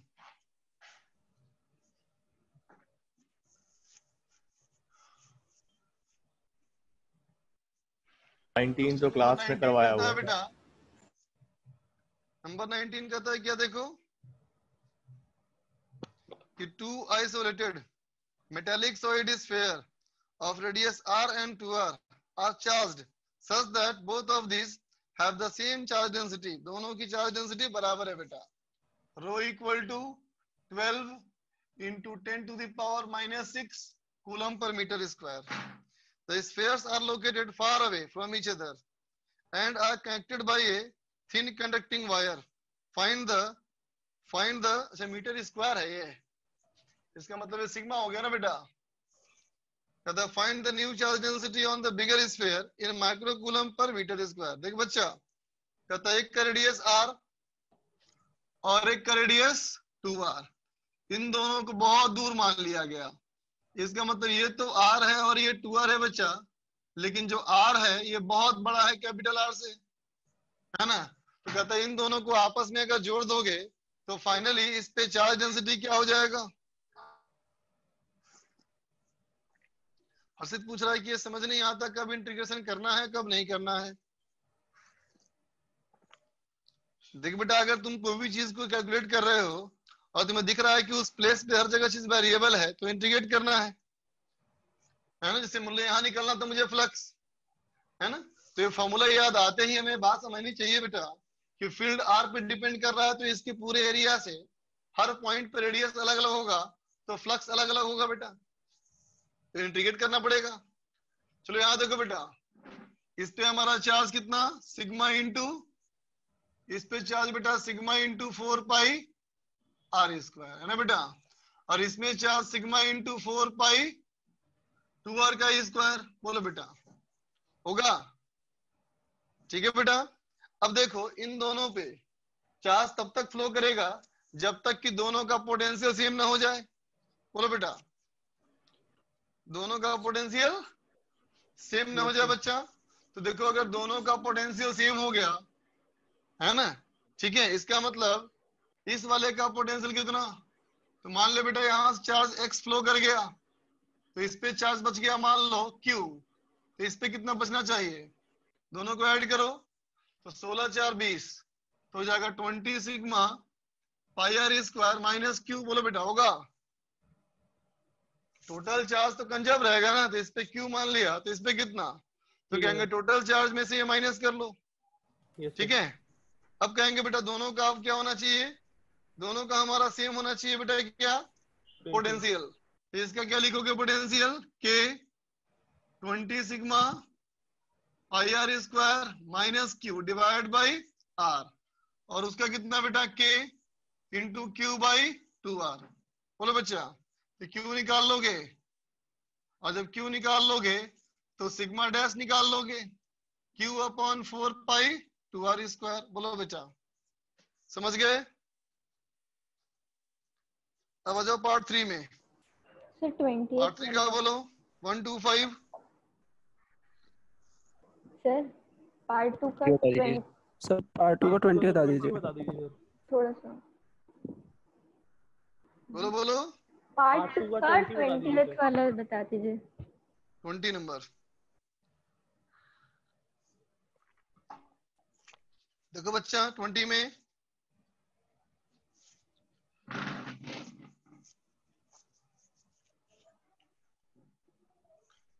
क्वेश्चन नंबर 20 कहता है कि a metallic sphere of radius capital R is cut into two parts along a plane whose minimum distance from the sphere center is h equal to r by 2 and the sphere is uniformly charged by a total electric charge capital Q. The minimum force necessary to hold the part of the sphere together is, देखते बच्चा, एक sphere मान लो, ठीक है, इस पे charge density है बेटा सिग्मा, इसको दो हिस्सों में काट दिया और दोनों के सेंटर की दूरी r/2, यहां से जहां से काटा बेटा वो दूरी हमारी r/2, इसका मतलब ऐसे ऐसे कट के बाहर निकलेगा बेटा, बोलो, एक इधर का हिस्सा हो जाएगा बेटा और एक इस तरफ का हिस्सा हो जाएगा, बोलो, दो हिस्से हो गए इसके, है ना। हमसे पूछा गया है कि hold the two part of the sphere together, दोनों को साथ में करने के लिए। अब देखो बच्चा, दोनों पे चार्ज पॉजिटिव है तो दोनों में रिपल्सन होगा ना बेटा, बोलो होगा, यस सर, यस सर, ठीक है। तो देखो बच्चा, अगर इन दोनों में रिपल्सन होगा तो इनको पास में रखने के लिए दबाना पड़ेगा ना यहाँ से, एक्सटर्नल फोर्स और बिल्कुल उतना ही फोर्स दबाना पड़ेगा बेटा जितने से रिपल्सन हो रहा है, बोलो, बात समझे ना। तो रिपल्सन का फोर्स निकाल लें तो काम बन जाएगा हमारा। तो देखो बच्चा, हम कहेंगे इस पे जो भी चार्ज है बेटा उसकी वजह से इलेक्ट्रोस्टैटिक प्रेशर का फोर्स ऐसे लग रहा है ना, बोलो बेटा, ऐसे लगता है ना फोर्स, और क्या होता है बोलो, ये pressure sigma square by 2 epsilon not, बोलो बेटा, ठीक है। तो मुझे बताओ, जो मैं लाइंस ड्रॉ किए हैं अभी, इन सारे लाइंस का डायरेक्शन सेम है कि डिफरेंट है? डिफरेंट है, डिफरेंट। यस सर, इसलिए इन सबका रिजल्टेंट निकालना बहुत मुश्किल है बेटा, बोलो, इनका रिजल्टेंट निकालना बहुत मुश्किल है ना, क्योंकि सबके लाइन का एरिया अलग, सबका लाइन का वेक्टर अलग अलग है ना, ठीक है। अब सोचो मैंने क्या किया, एक हैमर लिया, हैमर समझता है ना, हथौड़ा, एक हथौड़ा लिया बेटा और ऐसे कोई करके प्रोटेक्ट इसको मार के पिचका दिया। अब बताओ, इसको मार के पिचका दोगे तो इतने एरिया में हो जाएगा एडजस्ट, बोलो, हो जाएगा एडजस्ट ये, बोलो बच्चा, ठीक है। और जब इस एरिया में होगा एडजस्ट बेटा, तो जितने सारे लाइंस हैं वो सब क्या की होंगी बताओ, ये सब ऐसी ऐसी हो जाएंगी, एक दूसरे बोलो बच्चा, हो जाएंगे पैरेलल, ठीक है। तो अब जब ये हो जाएंगे पैरेलल तो निकालना आसान हो जाएगा ना। सर हैमर किस पॉइंट पे मारा आपने कहा था? मतलब हैमर तो कहीं भी मार बेटा, देख मतलब बस ये है, अगर मैं कहूँ कि सपोज करो, देखो बेटा, मान लो प्लास्टिक की स्केल है ना बच्चा, अब देखो क्या है कि इसमें जगह जगह पे कील गड़ी हुई है, इमेजिन करो जगह जगह पे कील गड़ी हुई है ना बेटा। तो सोचो बेटा, अगर सारी इस पे स्केल को ऐसे रखूंगा तो क्या होगा, सारी कील कैसे होगी, पैरेलल, यस सर, लेकिन ऐसे कर दूं तो अलग अलग हो जाएगा सर। तो यही कहानी है ना, बोलो, यस ये सर, ऐसे है तो अलग अलग है ना। यस सर, तो इसको सोचो कि इसको ऐसे ना करके ऐसे कर देंगे तो क्या होगा, सेम डायरेक्शन में आ जाएगा, तो फायदा मिलेगा ना हमको इस चीज का। Yes sir. तब क्या करेंगे बेटा, इस एरिया को ए मान लेंगे तो सिंपल बोल देंगे force equal to sigma pressure into area, बोल बच्चा, ठीक है। और इसके रेडियस को आर मान लो तो हो गया pressure into pi are square, कितना pressure, sigma square by 2 epsilon naught, है ना बच्चा। तो पाई इनटू, बोल बेटा कितना होगा रेडियस, ये है आर और ये है r/2, तो ये कितना हो जाएगा, r इक्वल टू √3r/2 होगा बेटा, बोल तो। यस सर, तो पाई इंटू √3r/2 का स्क्वायर, समझ गए।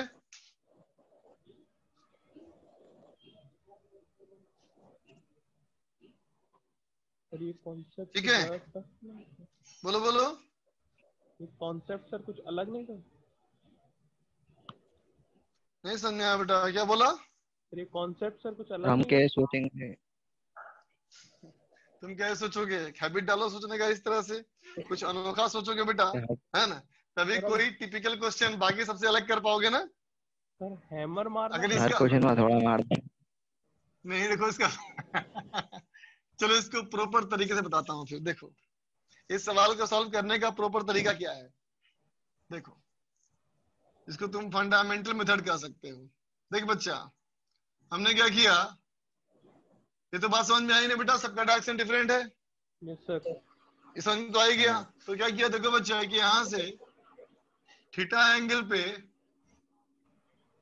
डी थीटा का एलिमेंट लिया, है ना। तो ऐसा रिंग सब बनेगा बेटा, ये बोल तो। Yes sir. बनेगा ना। और इस रिंग की मोटाई क्या होगी बेटा, ये होगा आर डी थीटा, बोलो बेटा। और ये इसका रेडियस है आर, तो बोलो बेटा इसका एरिया कितना हो जाएगा, डी ए। ये हो जाएगा 2 pi into small R into इसकी मोटाई आर डी थीटा, बोलो बेटा। होगी। Yes sir. तो कितना हो जाएगा बेटा, ये हो जाएगा 2 पाई इंटू आर, क्या हो जाएगा, कैपिटल आर साइन थीटा। तो 2 pi are square sine theta D theta, बोलो बेटा। Yes sir. होगा। तो बोलो बेटा इस पे फोर्स कितना लगेगा, तो बोलेंगे इस पे फोर्स होगा pressure P into D A, बोलो बेटा। तो कितना हो जाएगा, ये sigma square upon 2 epsilon naught into 2 pi are square sine theta D theta, बोलो बेटा। होगा। Yes sir. तो अब बताओ, इस एरिया के परपेंडिकुलर अगर फोर्स बोलोगे तो ऐसे ना बोलोगे फोर्स, बोलो यस सर। फोर्स। तो इन सब का रिजल्टेंट फोर्स कैसे आने वाला है बेटा, रेडियन। ऐसे आने वाला है ना। Yes sir. इसका मतलब F जो होने वाला है वो क्या होने वाला है, integration of D F cos theta, बोलो बोलो। Yes sir. डीएफ कितना हो गया बेटा, तो कहेंगे sigma square by 2 epsilon naught into 2 pi are square into sine theta cos theta D theta, बोलो बेटा। होगा। 2 को भी अंदर रख के sin 2 थीटा कर दीजिए। कर लो, कोई दिक्कत नहीं, यहां तक ठीक है। Yes sir. अब मुझे बताओ बच्चा, ये r बाई 2 है और ये r है, तो ये कितना एंगल है, बोलो। तो 0 से लेके पाई बाई 3 तक इंटीग्रेट कर लो, आ जाएगा आंसर। ओके। बात समझ में आ गई। Yes sir. अब आओ पार्ट 3 में। 1 to 5, 6 to 10, 7, 6 to 15, 11 to 15, 11 sorry 12 sir 12 12 देखो। क्वेश्चन नंबर 12 कहता है बेटा, force of dipoles each of dipole moment P are placed at the vertices of a square of side A. Direction of dipole moment are shown in the figure. अरे बच्चा, ऐसा question कराया था तुम लोगों ने, मैंने यस सर। ऐसा क्वेश्चन कराया था तुम लोग क्लास में, सेंटर पे नेट फील्ड निकालने वाला, नेट पोटेंशियल निकालने वाला क्वेश्चन। देखो अभी कैसा है ये, ऐसा एक डाइपोल बेटा, एक ऐसा डाइपोल और एक ऐसा डाइपोल, नहीं ऐसा, ठीक है, और एक ऐसा डाइपोल।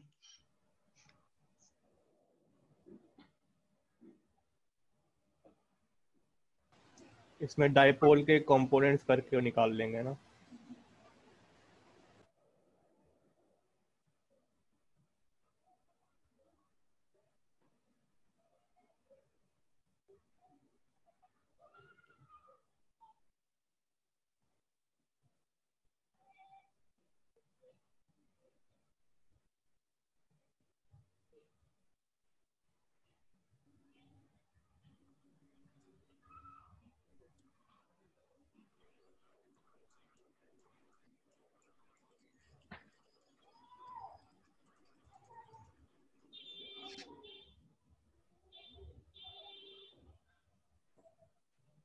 बच्चा ओहो,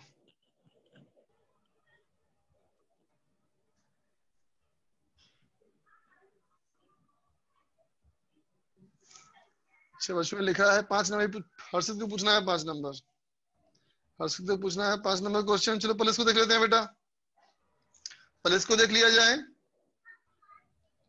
आ गया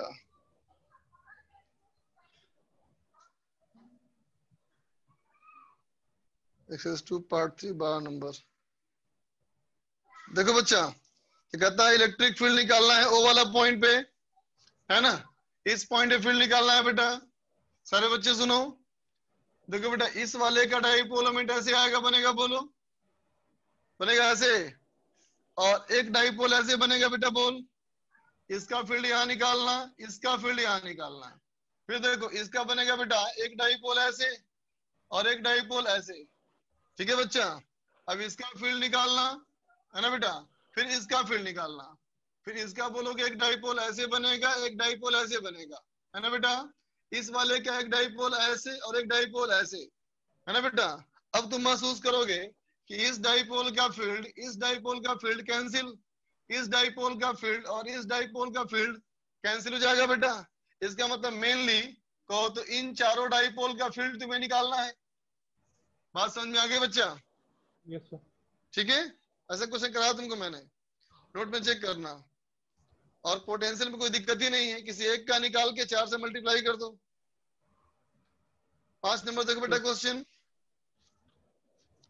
क्वेश्चन नंबर 5 कहता है बेटा कि the electric field at a point A on the perpendicular bisector of A uniformly charged wire. Sir ये आपने करा दिया। करा दिया सर। सर करा दिया आपने। करा दिया पार्ट 2 आ गया, पार्ट 3 में है, पार्ट 3 में 5 नंबर है। पार्ट 3 का 5 करा दिया है क्या? हाँ सर करा दिया। करा चुका हूँ, ठीक, आगे पढ़ो चलो फिर। 15 बता दीजिए सर। 15 बता दूं। देखो बच्चा 15 में कहता है कि अरे बेटा तो इलेक्ट्रिकल सर्किट है बच्चा, कोई भी इलेक्ट्रिकल सर्किट में जानते हो ना करंट फ्लो होता है ना बच्चा, है ना। और करंट मतलब क्या हुआ कि अगर तुम कोई भी यहाँ पे क्रॉस सेक्शन एरिया लोगे बेटा, कोई भी एरिया लोगे, जितना चार्ज यहाँ से इंटर करेगा बच्चा उतना ही चार्ज यहाँ से निकल जाएगा ना। Yes sir. बोलो है कि नहीं? तो नेट चार्ज इनक्लोज कितना होगा? Remain zero. रिमेन जीरो ना बेटा हमेशा। ऑप्शन नंबर बी इसका आंसर हुआ, बोलो। 18 होगा। और कांस्टेंट रहेगा तो ऑप्शन नंबर ए और बी, आगे बोलो। 18 कहता है point charge Q is within an electrical neutral conducting shell. कहता है बच्चा एक इलेक्ट्रिकल न्यूट्रल कंडक्टिंग सेल मान लो, उसके अंदर कोई पॉइंट चार्ज रखा है ना बेटा। क्वेश्चन नंबर 18 में देखो बच्चा, point charge Q is within an electrically neutral conducting shell whose outer surface is a sphere of radius capital R। देख बच्चा सवाल में कैसा है, सवाल कहता है कि स्फीयर मान लो और इस स्फीयर में बेटा एक कैविटी है बहुत ही रैंडम शेप का, आर्बिट्ररी शेप का कोई कैविटी है, ठीक है बच्चा। अब कहता है इसके अंदर कोई पॉइंट चार्ज रखा है, चलो यहां मान लेते हैं चार्ज रखा है बेटा Q। अब कहता है the centre of outer sphere at O, outer surface का सेंटर हमारा है O पे, है ना बेटा। अब कहता है consider a point P outside the conductor as shown in the figure. P कहता है एक पॉइंट बाहर मान लो, है ना, ठीक है। अब कहता है बच्चा magnitude of electric field at P, P वाले पे इलेक्ट्रिक फील्ड क्या होगा, है ना। तो देखते बच्चा इस वाले की वजह से अंदर चार्ज आएगा ना बेटा, बोल, और यहाँ भी चार्ज आएगा ना बेटा। तो P वाले पॉइंट पे इलेक्ट्रिक फील्ड पहला वाला पूछता है due to charge induced on the inner surface of the conductor is zero. कहता है बेटा इसके वजह से यहाँ फील्ड जीरो होगा, गलत ना बच्चा। शील्डिंग का क्या कॉन्सेप्ट होता है कि बाहर वाले पॉइंट पे ये सरफेस क्या करेगा, इसके फील्ड को कैंसिल करेगा ना बेटा। इसका मतलब इस वाले पॉइंट पे जितना ये बनाएगा उतने ये भी बनाएगा, तो ये गलत हो गया। ये बात समझ में आ गई ना। भी कहता है due to charge induced on the inner surface of the conductor is KQ by R dash square, है ना बच्चा। तो कहेंगे दूरी कितनी है बेटा R dash, तो इसका फील्ड यहाँ जो बनेगा ऐसे बनेगा ना KQ by R dash square, और जितना फील्ड ये बनाएगा उतना ये भी बनाएगा बेटा, तभी नहीं कैंसिल होगा। इसका मतलब बी हमारा सही हो गया। सी देखो, due to charge induced on outer surface of the conductor is KQ by R square. बोलते बच्चा इस वाले पे चार्ज यूनिफॉर्म होगा या नहीं? बोलो बच्चा। Yes sir. नहीं ना होगा बेटा, इस चार्ज की वजह से क्या होगा? अच्छा यहाँ कोई चार्ज है क्या? तो चार्ज नहीं है यहाँ पे। नहीं चार्ज है, कोई दिक्कत नहीं, फिर तो कोई दिक्कत ही नहीं बेटा, फिर तो यूनिफॉर्म है ना ये।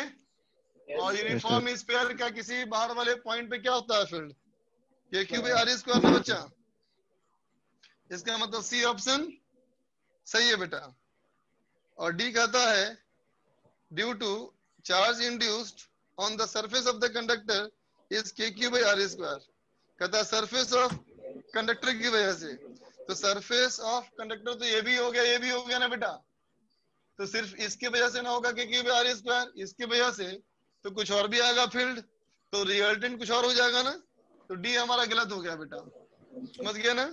तो आंसर इसका सिर्फ बी और सी होगा।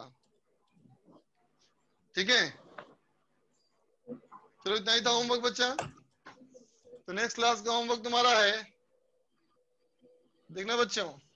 अच्छा इलेक्ट्रो का एक्सरसाइज 1 तो कंप्लीट नहीं हुआ था ना हम लोग का, बोलो कुछ कुछ बचा हुआ था ना उसमें। तो एक्सरसाइज 1 को पूरा कंप्लीट कर लेना है बेटा। एक्सरसाइज 1 को पूरा कंप्लीट कर लेना है, पार्ट 1 पार्ट 2 पार्ट 3। 7 सेक्शन जे बचा होगा, कंडक्टर वाला सेक्शन और गॉस लॉ वाला बचा होगा। ओके सर, है ना। तो 1 कंप्लीट कर लेना, पार्ट 1 पार्ट 2 पार्ट 3 तीनों, ठीक है। और ग्रेविटेशनल का बच्चा, ग्रेविटेशनल का एक्सरसाइज 1 में सेक्शन ए कर लेना और बी कर लेना, दोनों पार्ट का, ठीक है। ठीक है, कर पाओगे ना? एक्सरसाइज 3 अगली बार करेंगे। एक्सरसाइज 3 इसके बाद करेंगे, अब दोनों का होमवर्क चलेगा साथ में।